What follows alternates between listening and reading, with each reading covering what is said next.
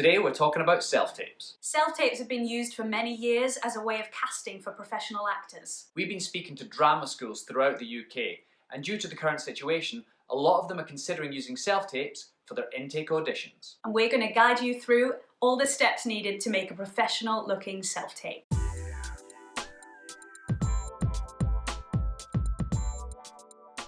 So what is a self-tape? A self-tape is simply you filming yourself doing your audition. The first thing you need is a camera or a phone. The quality of cameras and smartphones is so good now that people have filmed full-length feature films using them.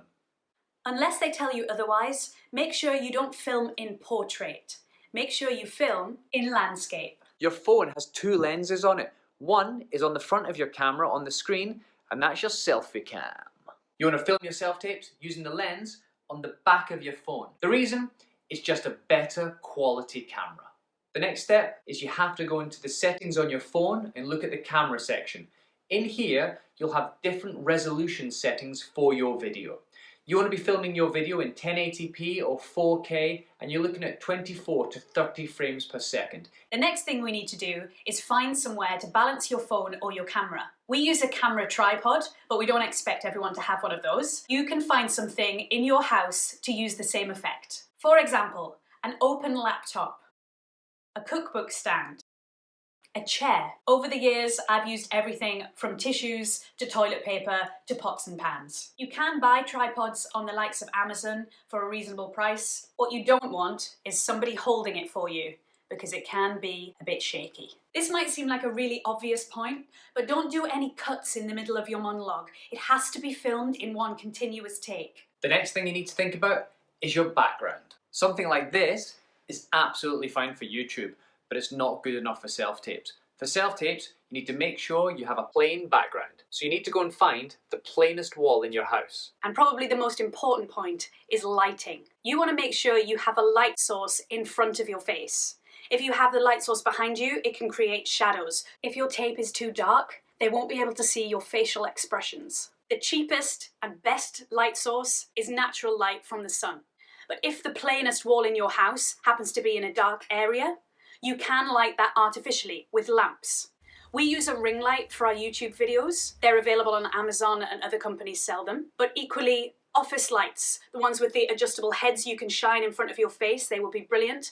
Or you can take the lampshade off any kind of lamp, and if you have the bare bulb in front of your face, that will create enough light. The next thing you need to think about when you're filming your self-tape is how close to the camera are you. You want to make sure that the camera isn't so close that you're just a big mound of face. Equally, you don't want to be so far away from the camera that they can't see your facial expressions on the screen. What I'd recommend is for your acting pieces, you're going for a head and shoulders shot, so you can see you're acting on the screen because you're nice and close. But if you're filming yourself singing, you might want to go for a little bit more distance so you're able to stand and perform the song, and it'll be easier for you to sing. We want to make sure the camera is at eye level or just above eye level. So whatever you're using to balance your phone, whether it be a tripod or something else, we need to make sure it's elevated so that the phone or the camera is exactly at eye level. If the camera's too low, they just get a shot directly up your nose or of your double chins. And if the camera's too high, you end up straining and looking unrealistic. When you're performing your pieces, you don't want to be acting down the lens of the camera. You want to be looking just off the camera as if you're performing to somebody there. You want to think about your eye line moving no further than between 10 o'clock and 2 o'clock. You can do your range of acting there so that the panel can always see both of your eyes. You don't want to be facing side on so that you lose half of your face. If it helps you, you could get a member of your family or a friend to sit near the camera and you can perform your monologue to them if it feels like you get more from it that way. You want to wear something plain and nothing too distracting.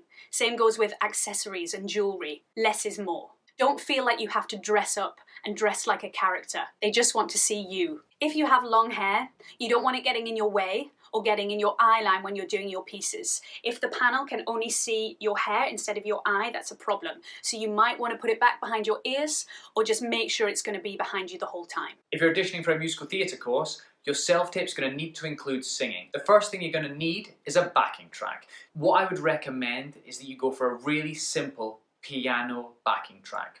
You can find some brilliantly orchestrated backing tracks, but for your self-tape, you want the focus to be on your voice and not the backing track. The easiest way to get one is ask anyone who plays the piano to put the song down for you. Maybe your music teacher at school or your singing teacher if you've got one.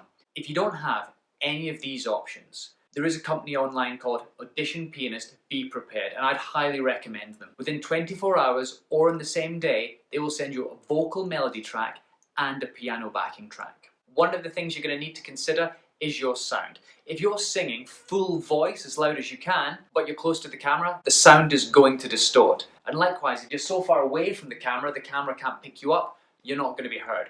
So it does require a little bit of trial and error of moving to and from the camera to find that kind of sweet spot where you can sing full out with confidence without the sound distorting. And the last thing you need to consider with sound when you're singing is the device which is playing your backing track. If you're using a speaker like this or a computer, I'd recommend that you place the speaker behind you when you're singing.